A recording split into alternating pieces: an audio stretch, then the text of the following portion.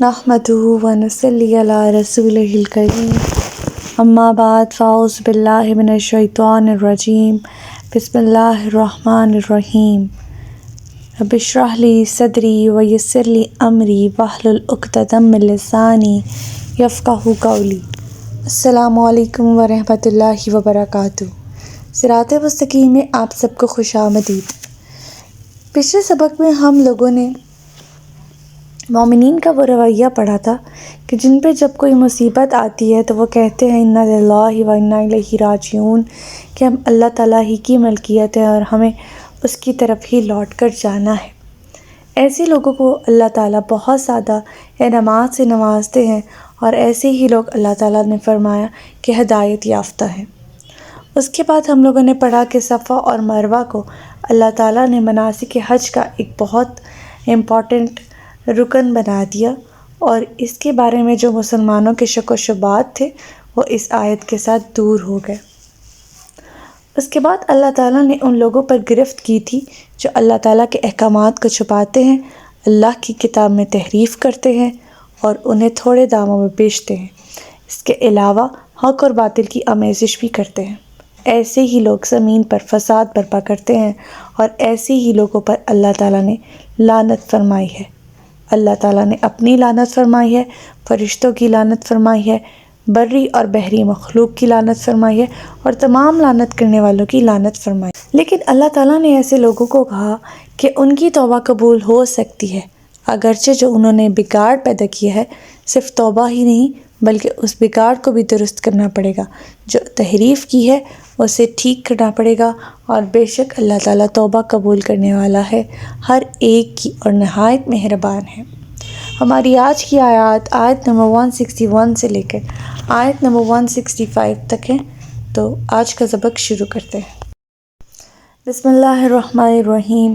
ان الذین کفروا وماتوا وهم کفار اولئک علیہم لعنۃ اللہ والملائکۃ والناس اجمعین۔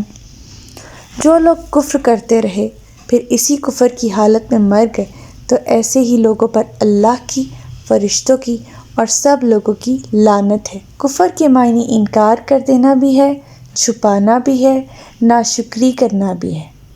ہر موقع کے لحاظ سے یہ سب معنوں میں استعمال ہو رہا ہے۔ اب ہمیں دیکھنا ہے کہیں ہم اللہ پاک کی ناشکری تو نہیں کر رہے، کہیں ہم حق بات چھپا تو نہیں رہے۔ اگر ہم ایسا کر رہے ہیں تو ہم کہاں سٹینڈ کرتے ہیں؟ آیت ہمارے سامنے، آیت نمبر 162۔ خالدین فیہا لا یخفف عنہم العذاب ولا ھم ینظرون۔ وہ ہمیشہ اسی حالت میں رہیں گے، ان سے یہ سزا کم نہ کی ہوگی اور نہ ہی انہیں کچھ مہلت دی جائے گی۔ اللہم اجرنا من النار۔ اللہ پاک ہمیں معاف فرمائے اور ہمیں ہدایت دے۔ آیت نمبر 163۔ وَإِلَٰهُكُمْ إِلَٰهٌ وَاحِدٌ لَا إِلَٰهَ إِلَّا هُوَ الرَّحْمَٰنُ الرَّحِيمُ۔ تمہارا الہ ایک ہی الہ ہے، اس کے سوا کوئی الہ نہیں، وہ نہایت مہربان، بڑا رحم کرنے والا ہے۔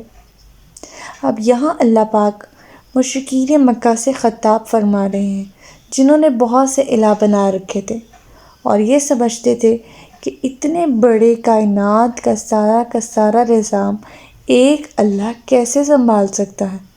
ان کی عقل میں یہ بات آ ہی نہیں سکتی تھی، لہٰذا انہوں نے مختلف امور کے لیے مختلف الہ تجویز کر رکھے تھے، مختلف کاموں کے لیے مختلف خدا، نعوذ باللہ۔ یہ سب لوگ ہی اس آیت کے مخاطب ہیں، اور اس کی وجہ یہ ہے کہ ان لوگوں کو اللہ تعالیٰ کی معرفت نصیب نہیں ہوتی، اور قرآن میں یہ مضمون بہت سے مقامات پر آیا ہے۔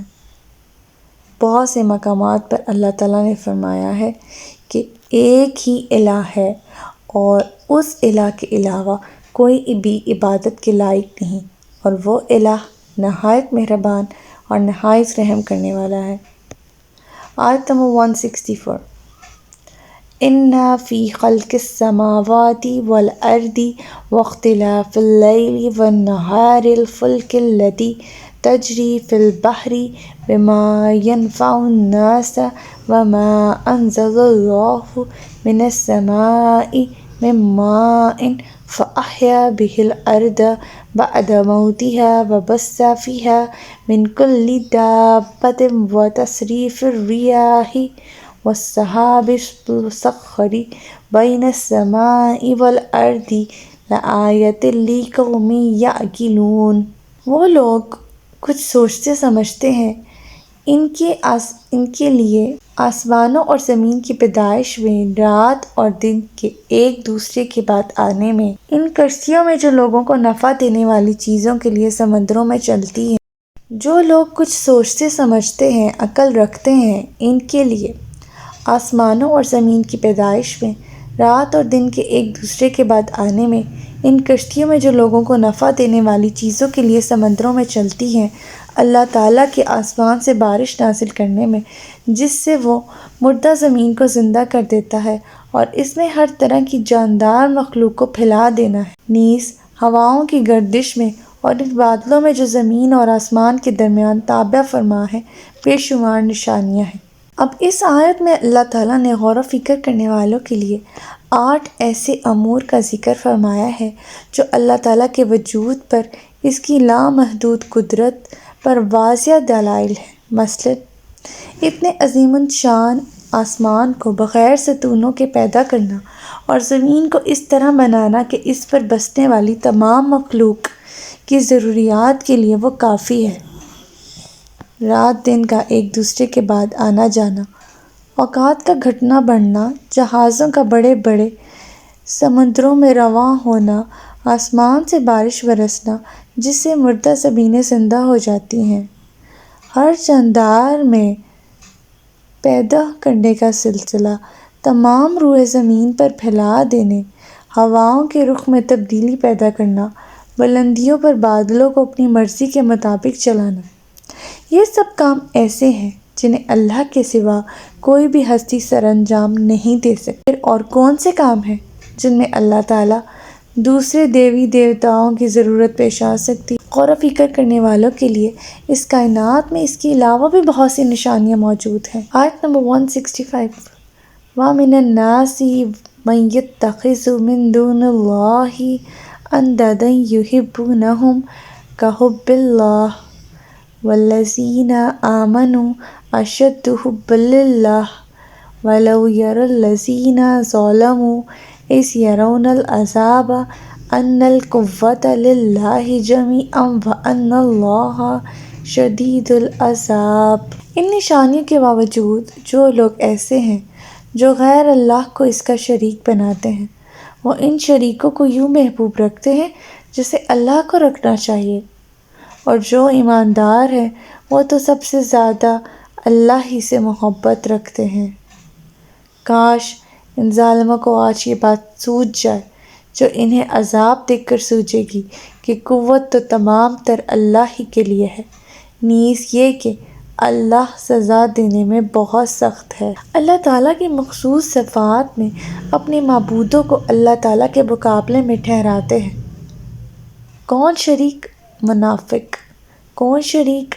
کافر، مشرک۔ اس حقوق میں وہ دوسروں کو شریک کر لیتے ہیں جس کا حق صرف اور صرف اللہ تعالیٰ کی ذات ہے۔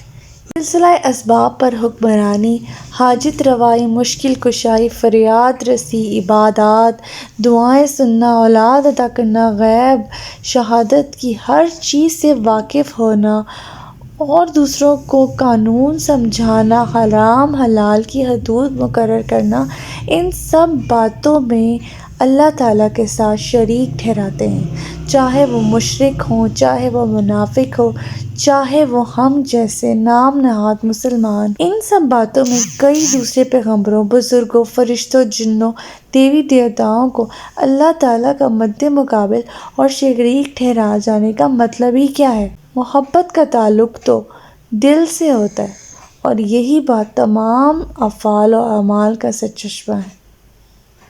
اس میں بھی ہم لوگ دوسروں کو فوقیت دیتے ہیں اللہ تعالیٰ کے مقابلے میں۔ جس محبت کا حقدار اللہ تعالیٰ ہے، ہم دوسروں کو اس کا شریک کیسے ٹھہرا سکتے ہیں؟ اللہ کی ہی محبت مستقل اور پائیدار ہے۔ ہر حال میں مومنین اللہ تعالیٰ پر بھروسہ کرتے ہیں اور اللہ پہ ہی اعتماد رکھتے ہیں۔